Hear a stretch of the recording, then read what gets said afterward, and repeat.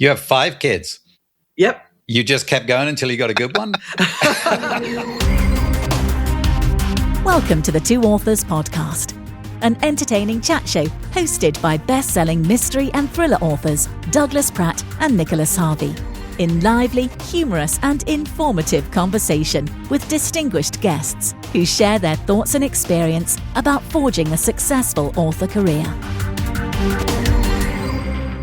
Hello, everyone, and welcome to the show. Doug, the Iceman cometh. That is, yes. Sit here in snowy, icy West Tennessee while you're down in Grand Cayman and scuba diving and sending me pictures like a fucking bastard. Welcome to the show, everyone. We do have an E rating. Like everybody I know is it's cold and I get cranky. I can't help it. I don't know what to tell you. Yeah, you're a little cranky, but to be honest, folks, I deserve it. I did send him a picture of the pier we just dived from, sitting having a drink afterwards while he was iced in. It wasn't just you. I had our good friend Jillian Dodds sent me a picture of her drinking wine on the good work, Jillian. Good work. St. Pete. Our friend Drew told me he got 60 degrees in Phoenix. It's yeah. You all just like taunting me. Anyway, let's get on with the show. We got a good one. So brought to you as always by the wonderful Vellum. Thank you, Brads. Yes. Love the Vellum. It's the best formatting software you will ever find. Second to none. Yes. Second to none. And a big thank you to our Patreon supporters. If you want to check us out over there, we tons of extra stuff in there, people, for a very small subscription. Patreon is not a scary place. It's very easy to navigate. Link in the show notes to find us over there. And it's not a lot. Our tiers are like, it's $3 a month. You're spending that on a coffee. Man, that's the change left in the ashtray of your car. So this week, our guest is New York Times and USA Today bestselling thriller author Allison Brennan. Very excited to chat with her.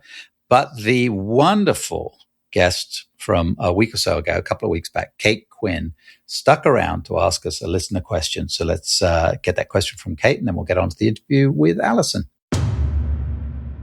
The lovely Kate Quinn stuck around to ask us a listener question. What do you got, Kate?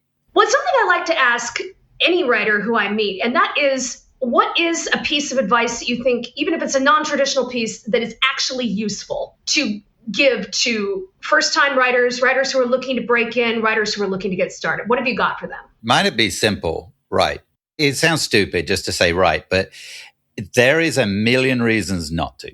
And there is probably twice that number of people that will find a way to tell you something that will make you halt, falter, or question yourself. And if you've just listened to the previous show where Kate was on, she talked about, Kate, you talked about how the fact that you wrote your first book at 10 years old, and then you kept writing and you kept writing and you kept writing. And that's how you evolve the skill. If you have the idea that you think is the best book that could ever be written and you're scared to start writing because you don't think you're ready to write, start writing, because you can always rewrite it.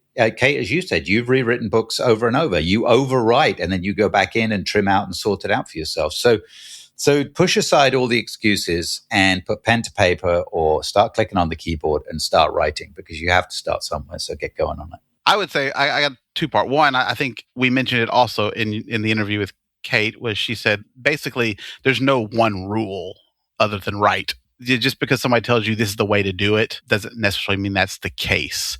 So you have to remember that, because I see a lot of people advice is just do this. And I'm like, that doesn't only work for some people. Even right isn't a rule, because you can dictate. You could dictate. Well, that's still, but you're putting words down. I think that's, yeah. So, but I would say, I mostly tell people that if you're really looking at this to make a career out of it, make it a thing, is I liked Robert Heinlein's rules. And I even had them when I first went full-time as a writer. I slapped them up on my wall, and they're basically, one, you must write. I got to remember all of them. I may not even remember all of them. So, but you must write. Don't go back and rewrite it. Make sure what are they all? Make sure that if you edit it, don't just constantly rewrite it. Only rewrite the editorial stuff, so you could spend like forever trying to perfect something that is already pretty good. And then make sure you go ahead and put it out in the world and let people see it. Otherwise, nobody will know whether it's good or not. And you may not know whether it's good or not. You just think it's great. And nobody reads it. Or you might think it's terrible and everyone else thinks it's terrible and everybody thinks it's great. Yes. So. Yeah, which is often the case. All right, Kate, what's your piece of advice? It is a little bit of it's sort of couched in military ease. And it goes a bit with what you were saying as well, which is that the one I think of is embrace the suck. Oh, yes. That's a good one. Yes. Going into what you say, there are a million reasons not to write. And one of those, a big one that I see with first-time writers or new writers, is that there's that voice in your head that looks at what you've just written and says, this is terrible. What was I thinking? How could I ever show this to anyone? Like, you are a hack. You should just, stick to your strengths, become a dog walker. And it is so easy to listen to that voice. She's talking to me. I said that about the dog earlier. Yeah, she's that like, felt that. personal, She's like, I must say. Like, yeah. Stop writing, Doug. Just go walk the dog. Yeah, I get it. It's fine. That was carefully aimed. But if you listen to that voice, it is so easy to stop and then you'll never finish anything. And you need to have something that's finished before you have even a chance of moving to the next step. So my advice is always embrace the suck. Give yourself permission to be bad. You don't have to show that rough draft to anyone until it's ready. You need to give yourself permission to think, okay, this is terrible, but that's all right. I can fix it later. And I guarantee you, everyone's first drafts are terrible. Mine are. Yours probably are too. Whenever I say this online, some guy on X or Twitter, will come up and say, well, actually, my first drafts are perfect. And it's like, good for you, guy on Twitter. You're the exception. Good for you. Are you selling them? I was going to say, yeah. You always... look that guy up and he's got 4 reviews for a book that's been out for 16 years. It's like, yeah. Yeah. But everyone's first drafts are bad. We all fix them later. And so this is, the second piece that sort of dovetails into the first of embrace the suck. But it is something I've heard attributed to everyone from Nora Roberts to Jodi Picoult. I don't know who said it first. It's true, whoever did, but it is, I can fix a bad page, but I can't fix a blank page. So, right, embrace the suck. It's going to be bad, but by the end of it, you will have something that you will be able to fix. And I guarantee you, you will learn how to fix it. And that's one of the main important things to learn, I think, as a new writer, is not just getting it down on the page, but how are you going to make it better? How are you going to polish this rock till it's a diamond? That's a big part of the skill set. And get ready to do the next one, because the more you write, like we've all talked about our first books. Yours is my first book was also at 10. It's also unpublished and never see the light of day. The one I did publish is, I tell people all the time, don't buy that one. It's not as good as the rest of them. Like, you go on down. I'm so much better after so many books, and we all are. So the more you write, the better you're going to be. Yeah, it's the advantage of, having more than one arrow in the quiver. If you tune into my longer Q&A than the last episode, I had a book. I got my first agent with a book that has never actually been published. She didn't want that one, but she liked my style enough that I gave her another book that I had, and she liked that one, and that was my debut. So write more than one thing. Keep writing them, keep polishing them, keep it coming. Brilliant. Thank you for sticking around and for that question, Kate. We really appreciate it. And now on to this week's show. Allison, thank you so much for joining us on the show. How are you doing? Thank you so much for having me. I'm doing great here in sunny Phoenix. And see, she's rubbing it in. Oh. If she didn't, I was going to right out of the gate. Yeah, and where I'm looking forward to spring training that starts in about, I think 4 weeks from Friday, or 3 weeks from Friday. I have tickets to the first San Francisco Giants game, playing the Mariners. So cool. Didn't you grow up in Northern California? So is that? Yeah, I'm wearing a San Francisco shirt, and I grew up just outside San Francisco in a little town called San Carlos, which is on the peninsula. And then I raised my family in Sacramento. We moved here to Phoenix in 2019 when my 2 youngest were in high school.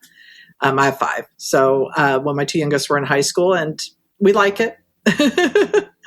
You have 5 kids? Yep. You just kept going until you got a good one? I think that's what the youngest would say. Just so you know, Nick's probably the youngest. I don't know. Are you? I am. No, I think what it was is I'm an only child, so I wanted at least 2 kids. And then when we had 2, we waited several years. And then we said, you know what, let's have 2 more. And so we had 2 more, and they were close together as well. And then God reminded me who the author of life was, and we got number 5. Well, because sometimes, we planned everything perfectly, and then God said, you need Mark. That's my youngest. Mark's pretty happy about that, I'm sure. I am sure he is very happy.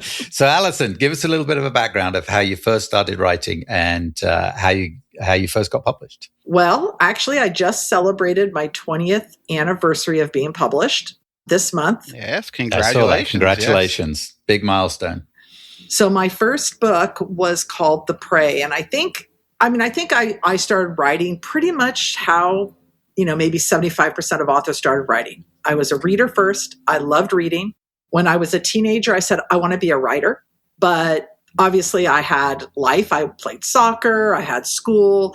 And then I ended up going to college, though I dropped out. And I think it's one of those things that just kept getting put on the back burner. It's like I would write, I would fool around, do, a couple chapters, but I was not really serious about it. Got married, started having kids. When I was on maternity leave with my son in 2001, which is making me feel really old. He's now almost 25. I didn't want to go back to work. I hated my job. I didn't hate it. I was burned out, I guess is what it was. I was burned out. I wanted to stay home with the kids. I had, at that time, Luke was number 3. And I couldn't. We had a mortgage, so we needed both of our incomes. It was one of those things. So when I was on maternity leave, I read Lisa Gardner's The Third Victim and Iris Johansen's The Search, which are 2 very dark, suspenseful suspense novels with a hint of romance. They had the happy ending, but they were really, really intense books. I loved both of them. And I said, why am I not writing? So I started writing. I had to go back to work, but I started writing every morning at 4. I would get up and write before I had to get the kids up to go to school. My 2 girls were school age at the time, and then Luke was a baby. I just wrote every morning 2 hours, and then I got pregnant with Brennan number 4, Mary, and I couldn't get up at 4 in the morning anymore because I was pregnant and tired. So instead, I started writing at night when they went to bed, and I wrote 5 books in 2 years and sold my 5th book. I got an agent, and, it sounds like, oh, wow, in 2 years you got published, but I worked my butt off during those 5 years. Yeah, 5 books to get to that point. That's a lot. Yeah. Well, I gave up television. I wrote every night from 9 to midnight, and then I got up at 6 in the morning, got the kids ready, got them off to school, went to work, came home, got them ready for, did all the kids stuff, put them to bed, and then wrote again. 7 nights a week. I'm worn out just listening to that schedule. Well, I knew it wouldn't be forever. It wouldn't be forever. And I was really, really motivated. And so when I sold the 5th book, everyone said, oh my gosh, you got published so fast. I said, well, I really worked a lot and I sacrificed a lot during those years to be able to get to that point. Right. Yeah. It's not like it's just overnight. It was still 5 books in. So, most people don't even write 1 book, much less 5 books. So, And a lot Each of letters, one was better. I'm sure. Yeah, well, of course. Each one was better than the last. Trust me Absolutely. on that. You do not want to read my first book. So I'm going to jump to much further along. So you're with, is it Myra, which is a HarperCollins subsidiary, I believe, right? Well, yes, it is. Although they changed my imprint. So I used to be with Mira, and now my books are coming out with Hanover Square Press. Because what they did is Mira used to be did everything. Now they're just doing romance and women's fiction, and Hanover Square Press is doing mystery, thriller, and nonfiction. So this is my question, because this always fascinates me with trad authors. Do you still have to pitch them on every book? Not every book. I usually will have like a 2 or 3 book contract. And I will say, for example, we just did this. So I am almost done with the last book in my contract, which is the 8th Quinn and Costa book. So the 7th one came out January 27th, and that's Make It Out Alive. So I'm almost done writing book 8, which is called One Final Warning. That comes out next year. So we've talked, and what I did is I pitched them basically 2 more books in the Quinn and Costa series. And I gave them I think it was like a 3-page synopsis of the first of those 2 books. So this is kind of the direction I want the characters to go. This is the setting. Book 8 is going to be like a cold case mystery involving one of my characters. And then we haven't talked about the book after that. So they just bought 2 more books. And that's kind of how I do it now. Now, caveat on that is when I launched the series, when I wrote the first book, The Third to Die, I actually wrote the entire book. Even though I had already had 35 books published or 40 books published at the time, I wrote the entire book because it was a brand new series and I wanted to sell it well. Basically, I didn't want to just sell it on an idea. Sometimes if you have the entire book done, the publishers gets a lot more excited and then they offer you more money, which is always nice. I've got a quick question. You kind of started out kind of with more of romantic thrillers and some supernatural, like a trilogy, but now you're straight up thrillers. So kind of what motivated that kind of shift in your genre? So my first 12 books were romantic suspense, and I really loved writing them, and they were on an upswing at the time. So my publisher wanted more of them. And it's important to understand the market, but not write to the market. My books were always heavy on the suspense. So when romantic suspense kind of started falling off a little bit, I really wanted to, Lisa Gardner is my idol. I absolutely love everything she writes. So I kind of said, I really want to be more leaning onto the suspense thriller side. So when romantic suspense started to kind of fall a little bit, I said, okay, I'm going to segue. I created the Lucy Kincaid series, which was a 17-book series with Lucy Kincaid. And we started with her before she even started the FBI Academy. She went through the FBI Academy. I actually wrote 2 books while she was there, which was fun because I got to tour Quantico and did a lot of research. That was a blast. And didn't you do a FBI civilian something or other you did there? Oh, yes. The FBI Citizens Academy. When I lived in Sacramento, I got into it. I had written myself into a corner, but I didn't realize it. It was my 8th book. I think it was Tempting Evil. And so I reached out to the local FBI office because my copy editor had a question and I didn't have the answer to it. So I said, oh, well, I'll just call the FBI office. And I reached out to him, and apparently the public information officer had to get a background check on me before he could even answer my question. So he did. He ended up answering it. I wrote myself into a hole, but he helped me get out of it. And so I didn't have to rewrite everything in the book.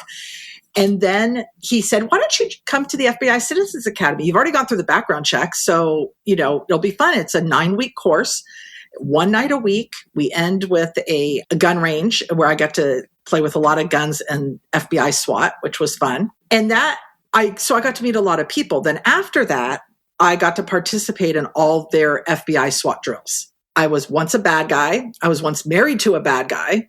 I was a victim. I was a hostage. I probably did it every year for 10 years. Yeah, I think the last year I did it was 2018.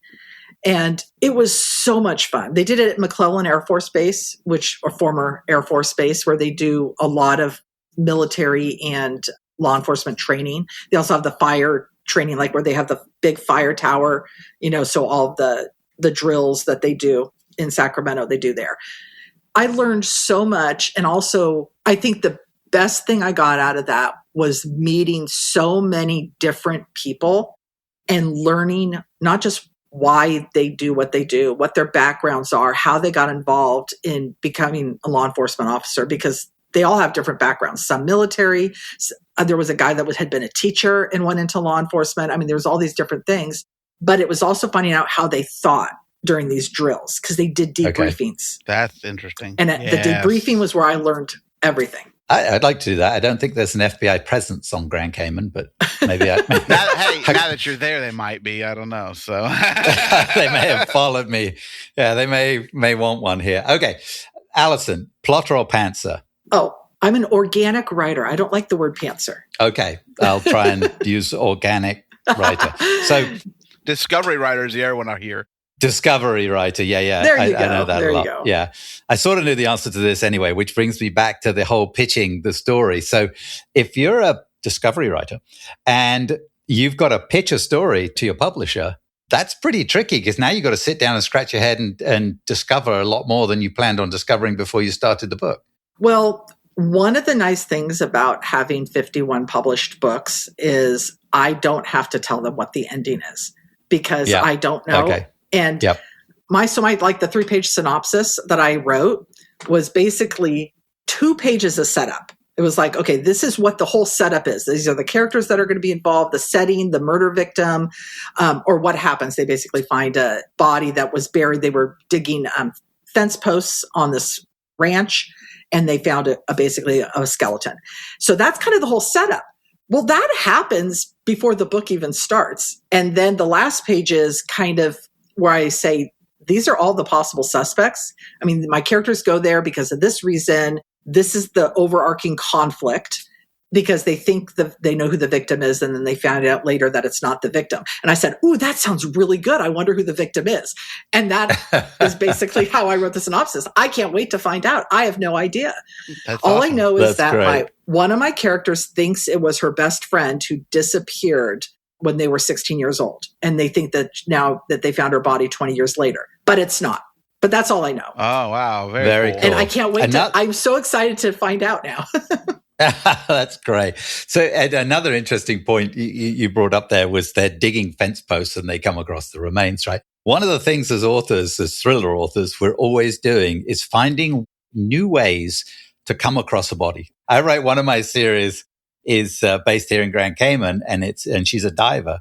So things have to happen underwater. And I'm running out of ways we can discover something new underwater. Sands can shift and hurricanes can blow things and what have you. It's like there's only so many ways we can uproot underwater terrain. Yeah, it does get a little challenging at some point.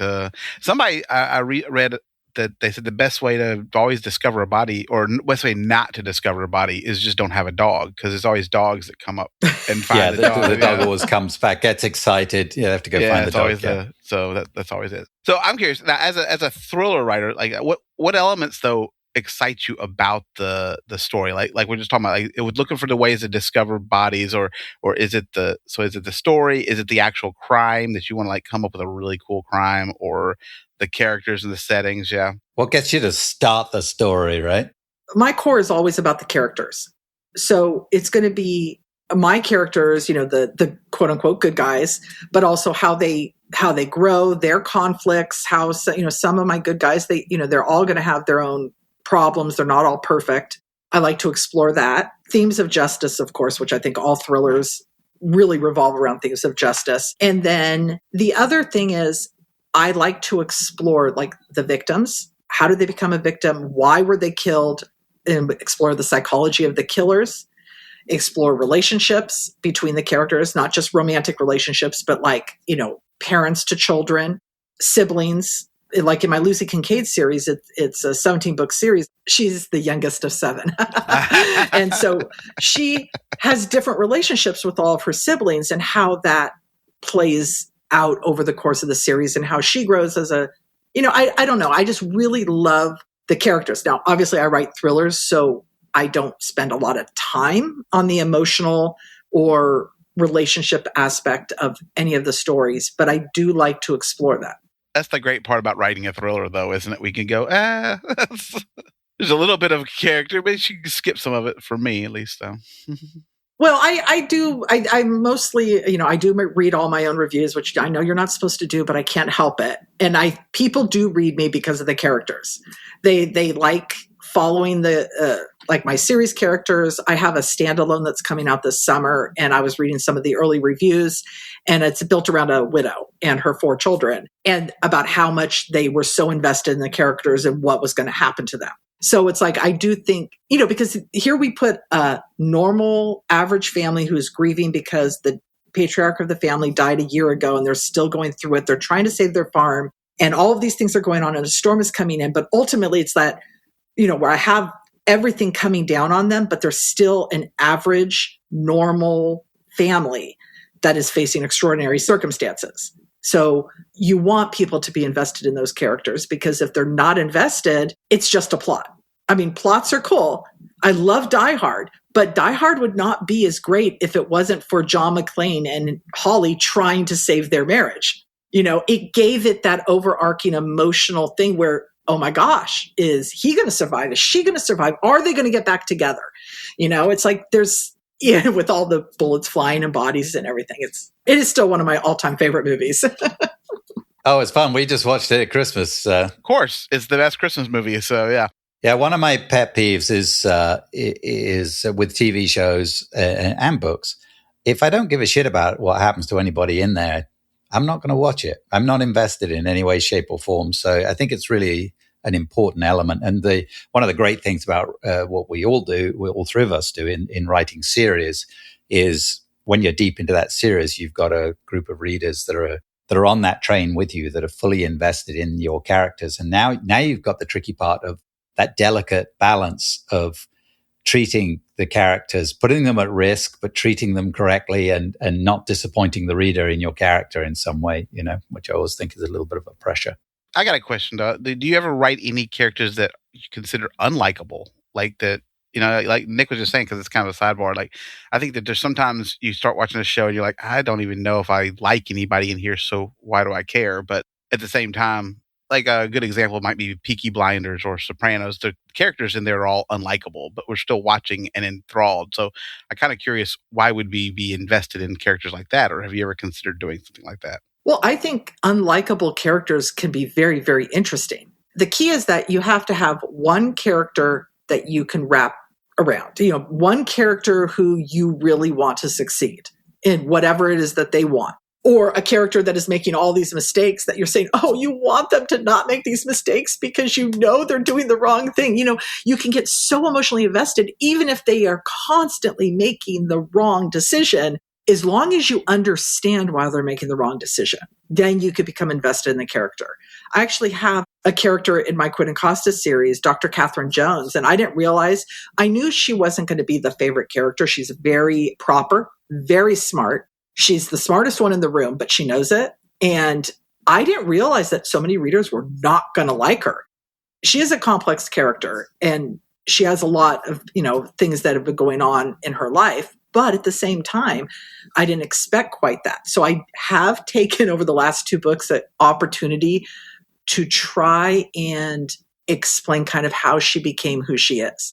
Not to soften her, I'm not changing her character, but in Make It Out Alive, her profile was wrong, and how she dealt with being wrong about something when she is usually the smartest person in the room was very fun to explore. So I don't know if people will quote unquote like her, but I think they will at least respect her at the end of the book. That's was my goal.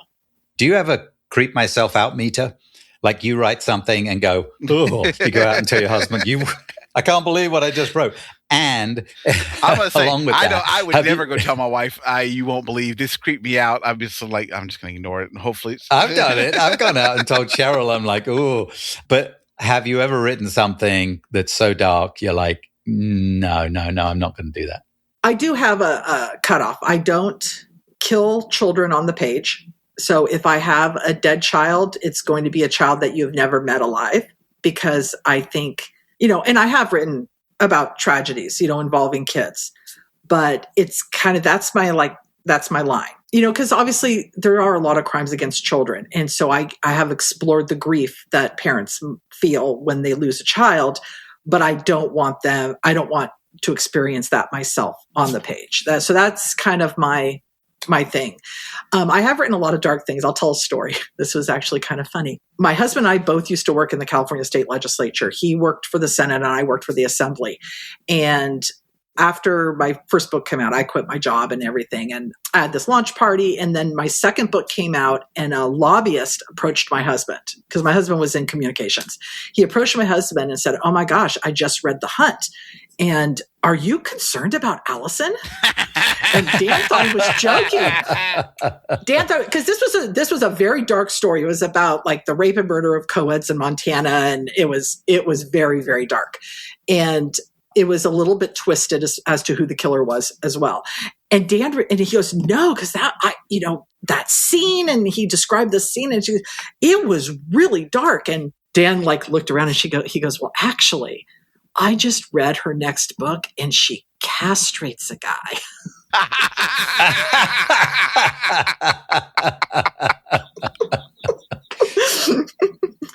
So yeah, I will say there are some gruesome scenes. I don't think I go over the top. I try not to be gory. I try to focus more on the suspense of the moment and the reactions of the characters, because I think suspense is you're in that character's brain, you're in their point of view. And what are they thinking and experiencing when they come across this scene? And what do they see? What do they feel? How are they going to deal with it? I think that is what makes the story suspenseful.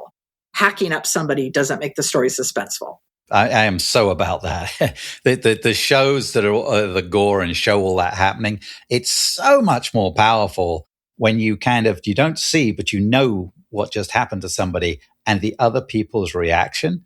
That's everything to me. That sells it way better. And then you don't have to see all this the other stuff. You know it's happened. There's horror, and then there's this stuff that's really scary as the one that you don't know what's going on. It's more of a mystery that you're trying to follow. Then you get more creeped out by that. That's like, oh, I didn't understand it. Because if you just understand this is a crazy guy killing campers, then you're like, I just won't go camping.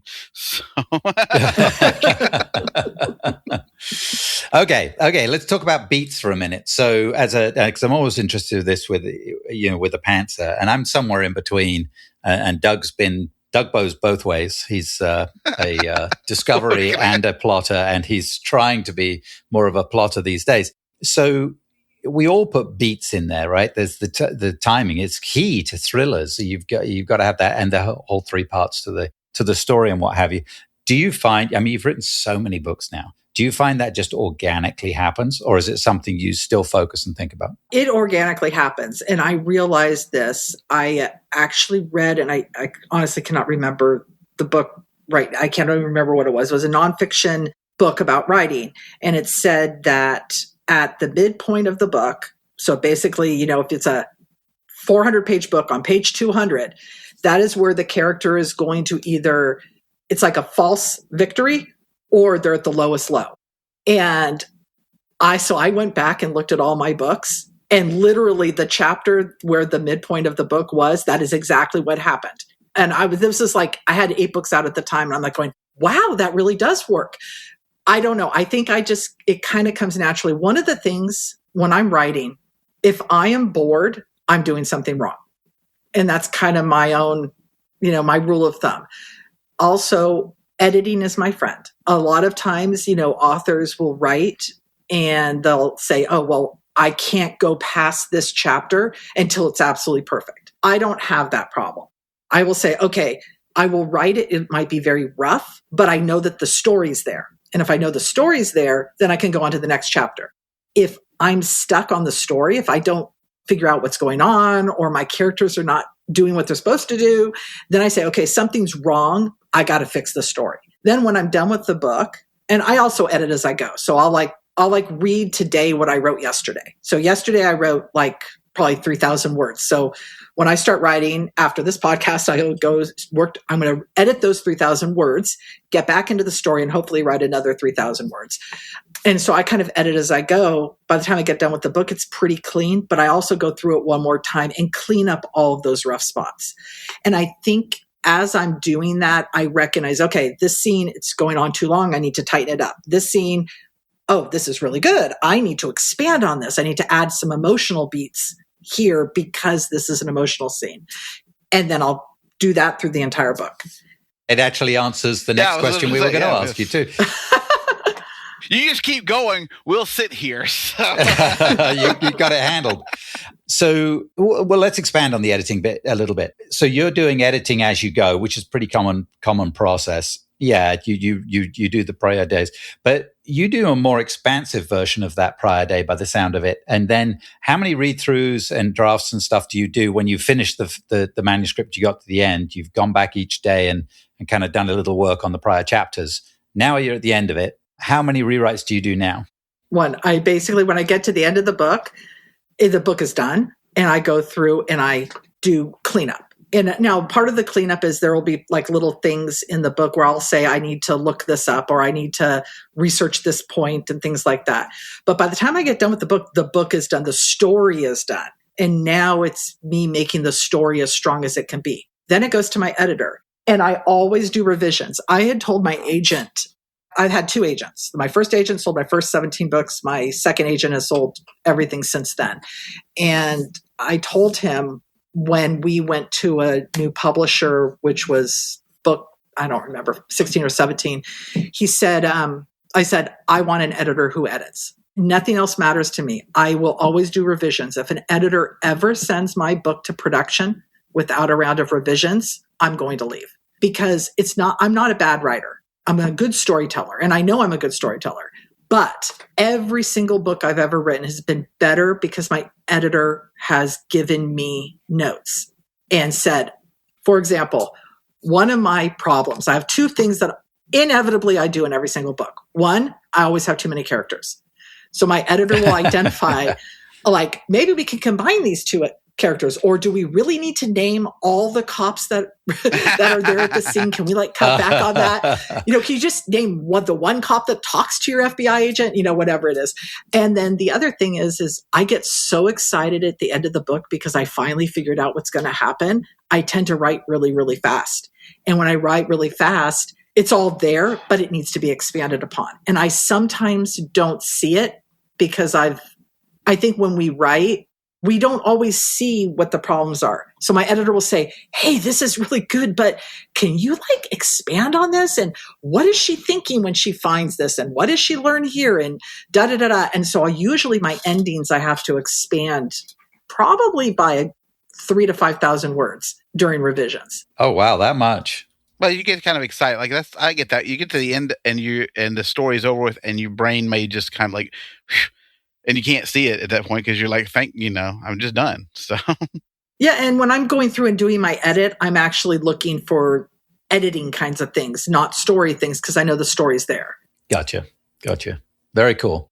You write, and a lot of your process is very indie style, quite honestly. We're both full-time indie writers. I mean, there's no difference between an indie writer and a traditionally published writer. We write novels, right? And if people like them, they buy them. So, but you tend to find with trad authors, it's a more stretched out process, and you knock them out like an indie. It's great. So I was going to ask you, you've got a lot of multiple series that you've put out. What motivates you to start a new series, and what motivates you to end a series? Usually when I'm starting a series, it's because I have a character in my mind that I just really, really want to write about. With the Quinn and Costa series, it was actually not Kara Quinn. It was Matt Costa. I wanted him to build this team of FBI agents. I had this idea based on my FBI Citizens Academy, where they had the evidence response team. I created the mobile response team, where they do basically what the evidence response team does, but all over the country, because I didn't want to be locked in one place. And so Matt was going to build this team, and everybody was going to be the best of the best, but they all had baggage, so they didn't work well in a traditional FBI structure. Kara had found the body. She was an LAPD officer on leave, and she found the body of the first victim when she was visiting her grandmother because she was on administrative leave after a shooting. And I fell in love with her. She was supposed to leave at the end of the book or die. I wasn't sure what was going to happen. She was either going to be killed, or it was going to be she and Matt were going to get together, but then, he had this job and she was going to go back to LA. I fell in love with her so much that I said, okay, I have to find a way to write her into the series. So I actually had to figure out why she couldn't go back to LAPD and how she can get into the FBI without having a college degree. And so she actually is still an LAPD officer who has been assigned to the FBI. And it does happen. It does happen. It's not common, but it can happen. So I was at least realistic. That's all you need. If it could happen, if it's possible, it could happen, you're gold. I have a private investigation series, the Angel Heart Investigators, and I wanted to focus on family. So it's a family of private investigators, and it's centered around the middle child, but that's how I came up with the concept. I said, okay, and I want to set it here in Phoenix. That was the other thing. So it's set here in Phoenix. I think even the standalones come that way, is it's all about a character. And in my head, I said, okay, I have a grieving widow. What's going to happen? And then I built the world around her. As far as ending a series, Lucy Kincaid had 17 books and 6 novellas, and I had no original ideas for her. I'm not saying her series is ended though, because I do love writing her. I love writing the world that she's in. But if I start it up again, it has to be because I have this great idea and only Lucy can star in the book. And when I have that, then I will go pitch it to my editor, because I haven't written one in 5 years. They might say, sorry. As far as the other series, I'll be very blunt. I loved writing the Maxine Revere series. There's 5 books in that series. And my publisher said no more because Lucy sold better. So Lucy sold better than Max, so I couldn't write any more Maxes. It's the reality of publishing. It is a business. And I commend you guys for indie publishing. I have self-published several books. It's not easy. You have to be 100% committed. You have to do everything. And the ones I have done, I did hire my former Ballantine editor, edited them, and I hired a professional cover designer, and I did all that stuff. So there's a lot of cash outlays that you have to put. So you have to be completely committed. I think too many people rush to self-publish. They think, oh, my book is done. My book is good. My daughter read it. My daughter is a teacher. She can read my books and actually edit them and make them sound good, but she's not a developmental editor. She would be a good copy editor, but you actually have to do everything that traditional publishing does, but you have to pay for it. And I think people sometimes, they cut corners. And that has to the detriment of the writers who don't cut corners, because sometimes it's hard to distinguish them unless you already have a readership, in my opinion. I agree with you to an extent. So it makes it harder there's a lot out there. So to push through and be seen is harder. But cream always rises to the top. So we both make our living from writing books. So people are buying our books, which means they must be okay in some way, shape, or form. So that's pushed us above. Yeah, we built our readership up over time. And we both treat it like a business too, like you said earlier. So if I've got a series that doesn't do as well, I'm going to wrap it up and move to keep doing the one that does. It's because that's business. I love that series, but it doesn't do as well, so I've got to justify it. My bank account's got to justify it too. So, and we build a team. We have our cover designers and editors and all that stuff that we use. We just, you're right. We have to handle that process. But then, as you grow, you can have a little bit of help around you and stuff like that. I have a really good friend of mine who's very successful, Liliana Hart. I don't know if you've ever read her book. She's great. She does okay. Yeah, she's all right. Yeah, she does okay. She does okay. But no, I actually met her before she was published, and we became friends. And I'm just so happy for her but she has really built a business around her publishing, which I commend her for. I mean, because I know how hard she worked to do that. And other writers, aspiring writers, really need to realize it is a career. Your name is on the book. You have to treat it as a career and treat it as, okay, everything I put out has to be the best I can make it. And I think when you do that, I think you're right, Nicholas, that the cream does rise to the top and you will find your readership, but you have to be committed and you have to put in the work. So speaking, we talked a little bit about outliers because you're part of the outliers group. We have too, but one of the things that Nick and I did, we did a presentation for Outliers because we collab. We write a book together. I have another author we write together. So you've done a little bit of collaboration. We talked about it a little before we got on air. So yours was a little bit different. So we'd love to kind of chat with you. You did one with, remind me, Laura Griffin. And so kind of tell us how that worked out with you. And you kind of did a little differently than we were doing. So Laura and I have been friends for years, ever since we were both first published, and we wanted to write together. We would get together at every conference and we would chat and we'd say, oh, we need to do this. We need to do that.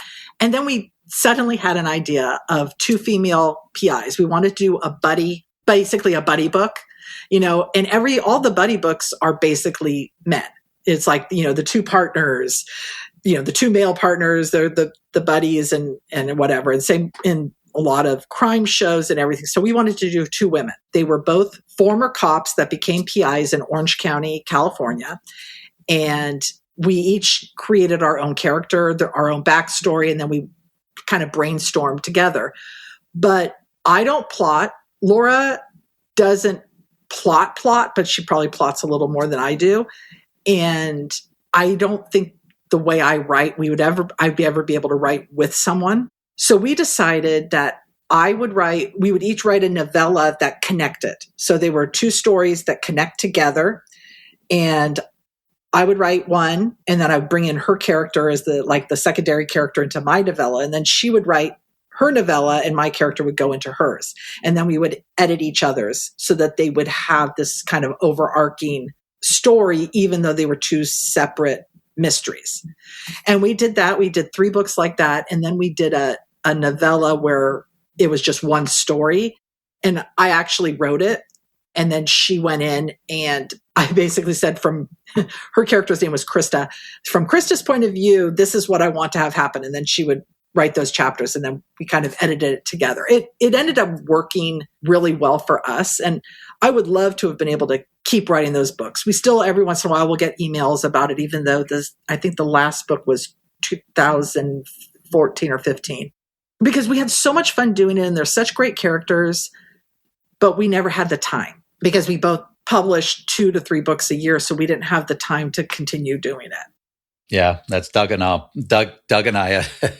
We didn't set a pre-order date for the next, which will be book 4 in the series that we write together because we're like, we got so much going on and we're dying to get to that 4th book out. It's a lot of fun. It's like playing because we live very solitary lives as writers. So sometimes getting a chance to do it with somebody else is fun because it's like, oh, we get to brainstorm together and come up with better ideas. So it's always a lot of Exactly.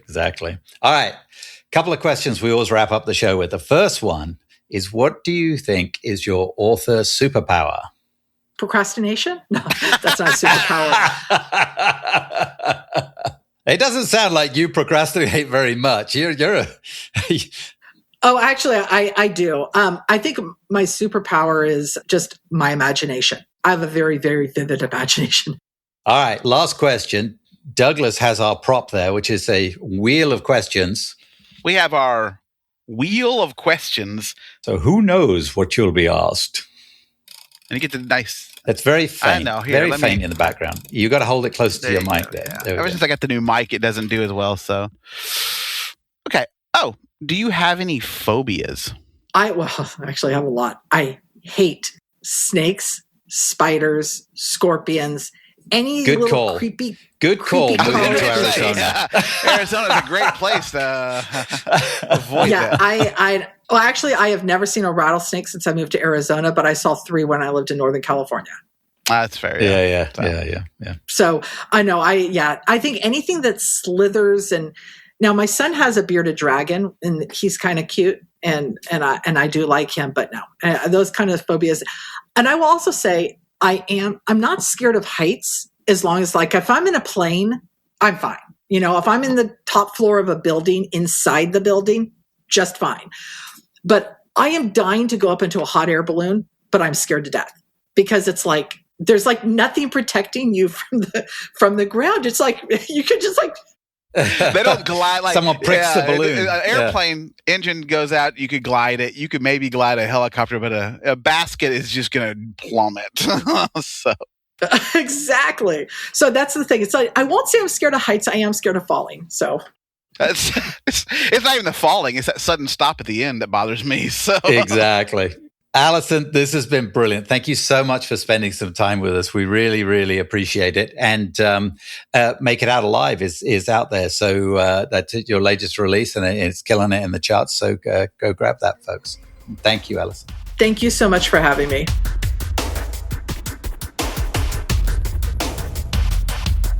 Big thanks to Allison. That was a lovely chat. What a wonderful lady. Incredibly successful author. So interesting on her editing process. So lots of us, we sit down in the morning and we go through the work from the day before and do some editing as we go through. She does pretty comprehensive editing on the stuff the day before and then dives into her writing, which was interesting. So I've been thinking, I've been getting sloppy on doing that, where I sit down in the morning, especially when if I'm under a deadline and I've got a lot of word count to hit, it's really easy to skip that process. And then it makes my read through and edits a lot longer. And my next book, which is, I just finished Cat Cromwell. It's with my editor now. I'm about to start a new Nora Summer, which I'm excited about. I'm going to try a little bit of a different approach where I'm going to definitely focus on previous day's work, editing, cleaning up, and then diving into the day ahead. And then I'm also plotting more for this book than I have done in the past. Normally I plot out the opening and then I drop in some key elements that I had in mind throughout the book. But I'm going to try plotting out the whole book basically and kind of focusing on that a little bit more to see how it goes. No, you're right. I do try to edit everything every morning. I have kind of switched from just doing prior days to actually finishing a chapter. So if I finish a chapter, I go ahead and stop and started editing it right there. So I just move that chapter on, because what I do is I also send it, and I know you do the same thing. I send it to Ashley to read. So as soon as I finish the chapter, I'll edit it, get it cleaned up. I send it to her. She's probably done the one from the day before, sends it back, and I'll go through her notes. Then I start writing. And so it's kind of a whole process. That kind of helped me clean up Long Shot a little bit better. And I just kind of did that one a little bit differently. And so I'm focused now as I'm working on Blood Trade, which is the next Corsair novel. I'm trying to do the same thing with that. But I think you're right. It is so easy to skip it when you're like, I got to get words in, which is one of the reasons I started kind of doing it chapter by chapter. It helped me kind of clean it up a little bit more. But once you're done, man, it's nice to have a very clean draft to send off. So yeah. When you do your read through and you notice there's a lot less. So, and her point that she was making about not shortcutting that process, the editing process for the indies, is very, very valid. It's especially with the AI help that's out there and what have you now. It's easy to think you can just buzz it through there and everything will be good and you'll skip the human touch. Get some human eyeballs, professional human eyeballs on your manuscripts, folks. Makes a big difference. Yeah, like she said, not your mom or your cousin who's an English teacher in the 8th grade, because it's not the same. One, it's not the same editing. They teach totally different grammar. I never realized that until much later. But yeah, so you've got to think about what it is, and you want something that's commercially viable. So absolutely. All right. Thanks again to our good friends at Vellum, best formatting software out there. And run on over to our Patreon if you would. If you feel like you get value for the show, we'd appreciate a little bit of help to offset the costs of this. This is not a moneymaker for us. That's for sure. No, not yet. No, somebody wants to pick us up and, give us a big TV show where we just sit around and talk to each other about nothing. Yeah, we're in for that. All right. We'll be back next week with a new episode of the Two Authors Podcast. Until next time, be cool to each other. Fair winds and following seas. You've been listening to the Two Authors Podcast with Nicholas Harvey and Douglas Pratt. Subscribe on your favorite platform for new shows coming every week.